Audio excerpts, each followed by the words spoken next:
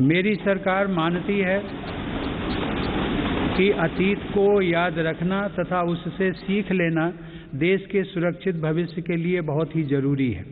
साहिबजादों के बलिदान की स्मृति में 26 दिसंबर को वीर बाल दिवस की घोषणा एवं 14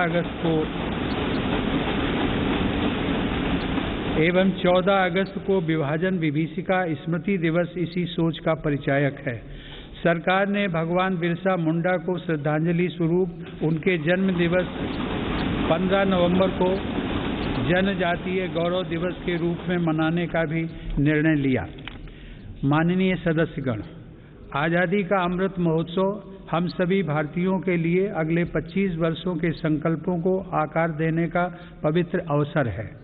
मेरी सरकार सबका साथ, सबका विकास, सबका विश्वास और सबका प्रयास के मंत्र पर चलते हुए अगले 25 वर्षों के लिए मजबूत बुनियाद पर तेजी से काम कर रही है। इस बुनियाद का सबसे महत्वपूर्ण संकल्प एक सर्वसमावेशी, सर्वहितकारी, सशक्त भारत का निर्माण और देश की आत्मनिर्भरता है। कोरोना के इस कठिन समय की चुनौतियों ने देशवासियों को अपने लक्ष्यों को जल्द से जल्द प्राप्त करने के लिए प्रेरित किया है। माननीय सदस्यगण, कोरोना महामारी ने पूरी दुनिया को प्रभावित किया है और भारत में भी हमारे बहुत से अपनों को हमसे छीना है। इन परिस्थितियों में केंद्र से लेकर राज्यों तक हमारी सभी सरकारों, स्थानीय शासन और प्रशासन, हमारे डॉक्टर्स, नर्सेज और हेल्थ वर्कर्स, हमारे वैज्ञानिकों और उद्यमियों सभी ने एक टीम के रूप में काम किया है। सरकार और नागरिकों के बीच यह परस्पर विश्वास, समन्वय और सहयोग लोकतंत्र की ताकत का अभूतपूर्व उदाहरण है। इसके लिए मैं देश के प्रत्येक हेल्थ और फ्रंट लाइन वर्कर का, हर देशवासी का अभिनंदन करता हूं।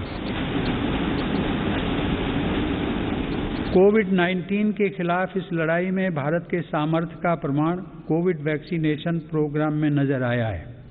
हमने एक साल से भी कम समय में 150 करोड़ से भी ज्यादा वैक्सीन डोज लगाने का रिकॉर्ड पार किया है। आज हम पूरी दुनिया में सबसे ज्यादा वैक्सीन डोज देने वाले अग्रणी देशों में से एक हैं। इस अभियान की सफलता ने देश को एक ऐसा रक्षा कवच दिया है जिससे हमारे नागरिकों की सुरक्षा भी बढ़ी है और उनका मनोबल भी बढ़ा है। आज देश में 90% से अधिक वयस्क नागरिकों को टीके की एक डोज मिल चुकी है, जबकि 70% से अधिक लोग दोनों डोज ले चुके हैं। हर घर दस्तक अभियान के माध्यम से सरकार बाकी लोगों तक भी पहुंच रही है। इसी माह वैक्सीनेशन प्रोग्राम में 15 से 18 वर्ष तक के किशोर किशोरियों को भी शामिल किया गया है। साथ ही फ्रंट लाइन वर्कर्स और बीमारियों से ग्रस्त वरिष्ठ नागरिकों के लिए प्रिकॉशनरी डोज की भी शुरुआत की गई है। अब तक देश में कुल 8 वैक्सीन्स को इमरजेंसी यूज के लिए स्वीकृत मिल चुकी है। भारत में बन रही 3 वैक्सीन्स को विश्व स्वास्थ्य संगठन की तरफ से आपात स्थिति में उपयोग की मंजूरी भी मिली है।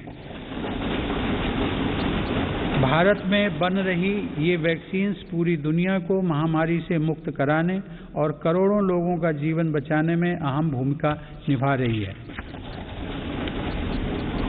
माननीय सदस्यगण, कोरोना महामारी से निपटने के लिए हमारे देश के प्रयास केवल तात्कालिक चुनौतियों तक सीमित नहीं हैं। इसीलिए मेरी सरकार ऐसे दूरदर्शी समाधान तैयार कर रही है जो भविष्य के लिए भी प्रभावी और उपयोगी रहें। सरकार द्वारा 64,000 करोड़ रुपए की लागत से शुरू किया गया प्रधानमंत्री Ayushman Bharat health infrastructure mission इसका एक सराहनीय उदाहरण है। इससे न केवल वर्तमान की स्वास्थ्य संबंधी जरूरतों को पूरा करने में मदद मिलेगी, बल्कि आने वाले संकटों के लिए भी देश को तैयार किया जा सकेगा। मेरी सरकार की संवेदनशील नीतियों के कारण देश में अब स्वास्थ्य सेवाएं जन साधारण तक आसानी से पहुंच रही हैं। 80,000 से अधिक हेल्थ एंड वेलनेस सेंटर्स और करोड़ों की संख्या में जारी आयुष्मान भारत कार्ड से गरीबों को इलाज में बहुत मदद मिली है। सरकार ने 8,000 से अधिक जन औषधि केंद्रों के माध्यम से कम कीमत पर दवाइयां उपलब्ध कराकर इलाज पर होने वाले खर्च को कम किया है। सुलभ और सुगम स्वास्थ्य सेवाओं के लिए उठाया गया आयुष्मान भारत डिजिटल मिशन भी एक बड़ा कदम है।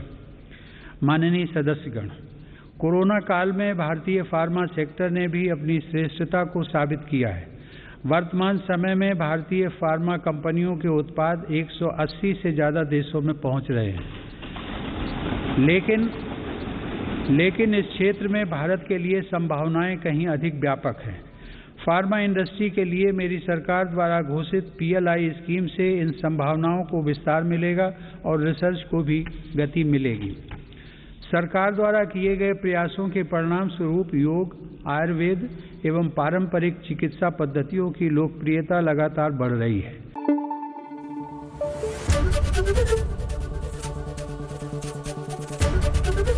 ABP न्यूज़ आपको रखे आगे।